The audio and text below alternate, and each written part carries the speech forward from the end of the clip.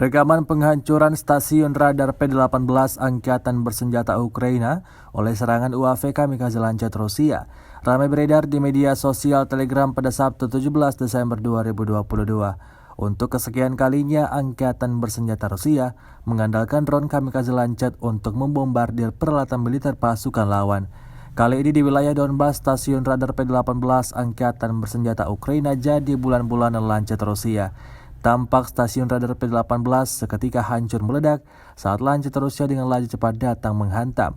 Serangan itu tak dapat dihindari oleh pasukan Ukraina. Akibatnya insiden ini lagi-lagi menambah daftar panjang kerugian yang dialami pasukan Zelensky.